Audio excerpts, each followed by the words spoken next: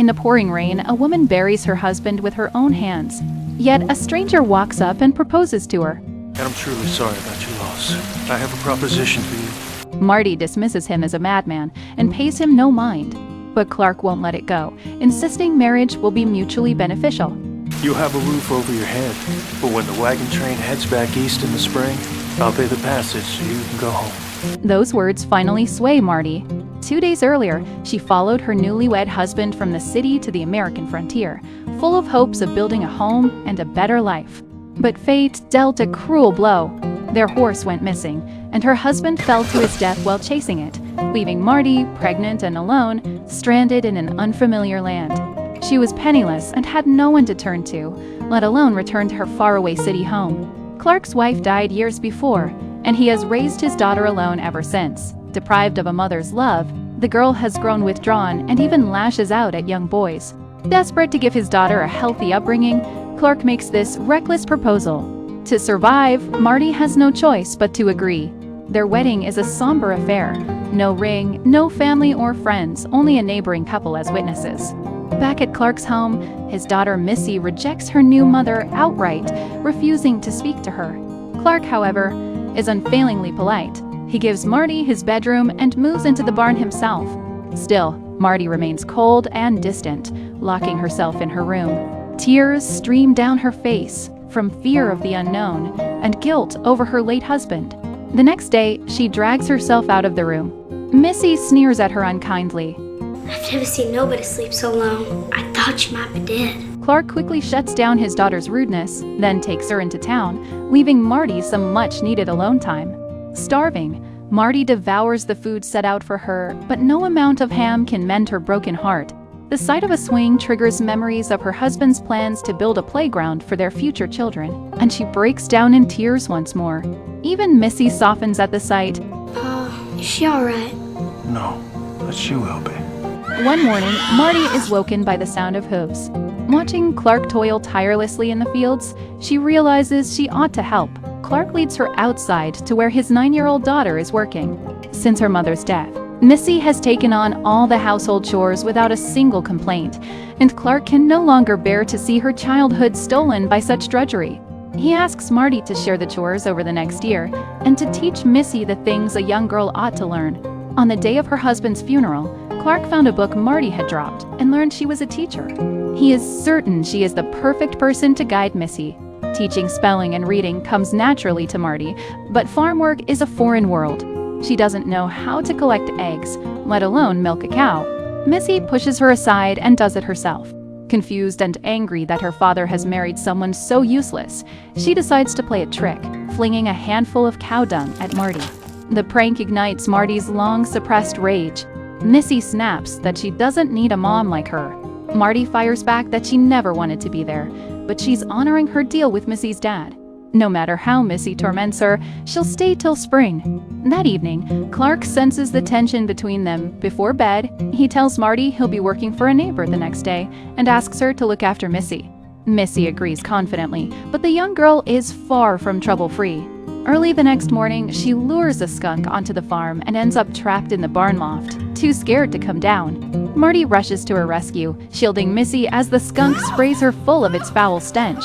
To get rid of the smell, Missy slathers tomatoes all over Marty, a useless remedy that is just another prank. When Clark and Missy set off for town to buy supplies, Missy can't resist one last jab. Hope you can make something better than burnt pancakes. Too bad I'll be gone because I can make some real good fried chicken.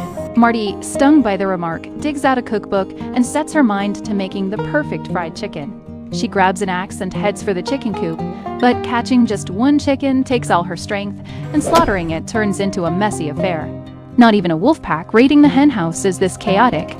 Marty beams with pride as she holds out her homemade fried chicken. The delicious smell instantly wins Missy over. As they spend more time together, Missy gradually lowers her defenses and talks to Marty about her mother. Since her mom passed away, smiles have rarely crossed her father's face. But Missy refuses to show her vulnerable side to Marty. She only pours out her longing and grievances to her mom's favorite dress, completely unaware that Marty is standing right outside the door. If her mom were still alive, she'd surely make her beautiful dresses. But now, Not only does she have no pretty clothes to wear, but she's also often teased by other kids. Beneath her tough exterior lies a vulnerable little girl. Marty's heart aches for her, and an involuntary sob escapes her lips. Mistaking Marty for prying into her privacy, Missy snaps angrily. I hate it that you're here. I wish it was spring so you'd leave. These words shatter the maternal instinct that had just begun to grow in Marty. She doubts her ability to be a good role model for Missy and wants to leave. Clark stops her, insisting he's certain both Missy and Marty will enrich each other's lives. Clark's trust makes her realize she can't run away. Only love can soften this vulnerable girl's heart. So Marty spends the entire night carefully sewing a pink dress for Missy.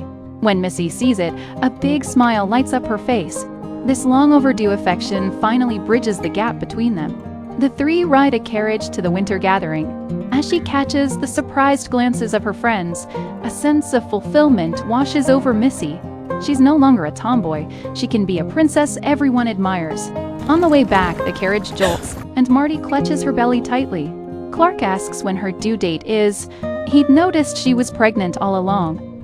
Actually, I was thinking I'm glad you're gonna have a little one to remember him by. Clark's kindness and tolerance deeply touch Marty. Marty starts to notice this thoughtful gentleman. When she sees Clark heading out alone, she secretly follows him to see where he's going. Beneath the floating white clouds, Clark sings a love song softly. Though slightly off-key, it's filled with deep longing for his late wife. Marty realizes she's not the only one who's suffered loss. She leaves without disturbing him, but soon spots the horse her late husband used to ride. She can't help but reach out to stroke it. Winter in the west hits hard, and in the blink of an eye, heavy snow covers the entire land. Clark rushes home, and Missy tells him Marty hasn't returned for hours. He immediately runs into the blizzard, searching frantically for her. By God's grace, Clark finally finds Marty, Francine stiff. With the two gone for so long, Missy grows worried. Undeterred, Missy bangs a basin, using the clear sound to guide Clark. With her quick thinking, the little girl saves her beloved family. Christmas draws near. Clark cuts down a pine tree. He's making a crib for Marty's soon-to-be-born baby.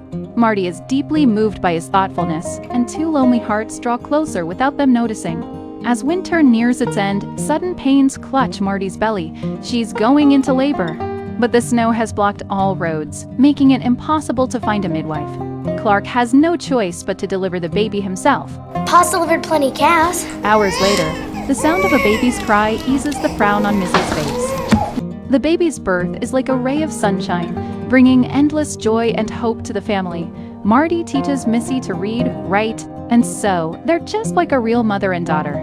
As the snow melts and nature awakens, spring draws near, and so does the day Marty planned to leave. Now, the awkwardness between Clark and Marty fades.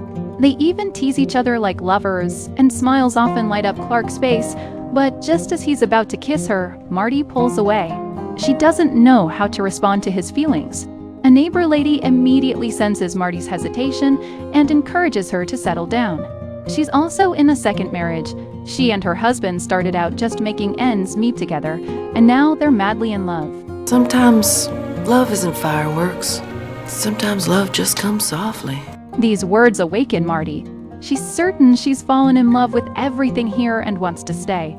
But too shy to say it outright, she writes a letter and tucks it into the book Clark often reads, hoping he'll ask her to stay.